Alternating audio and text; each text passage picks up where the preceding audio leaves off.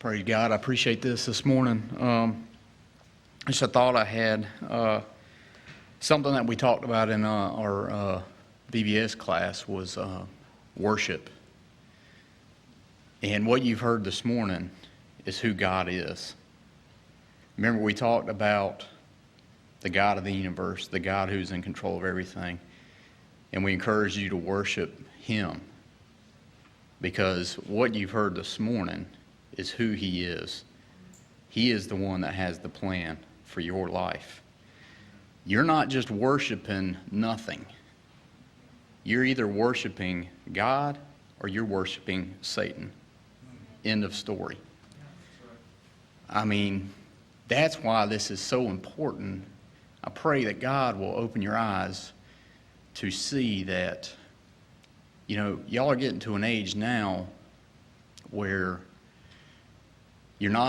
you're fixing to come out of your parents' house. You've been under a covering of blessing, but you're starting to get to an age where you start making decisions.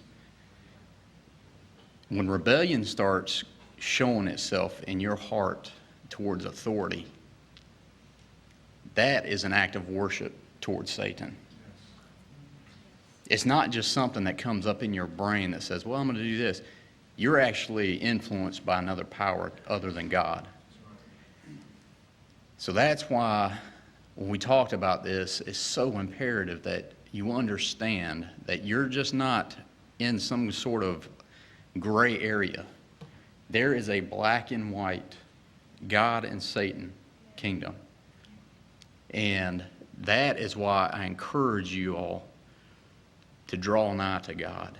He has given something. He's given you guys you're really in a blessed position to hear the things that are coming forth, because not everybody hears this. The people that you're going to run into as you get older, they have not heard the truth that you've heard. And you have an opportunity to buy your need of Jesus Christ. It's going to be, I don't know where this gets into choices, but there is a choice. God calls, and either you respond or you don't. And that is the crux that you are at, that you're coming up upon. So when you think, man, I'm just not listening to my parents, I'm doing whatever I want, I'm not listening to authority, there's something that's reigning your life, and it's not Jesus Christ.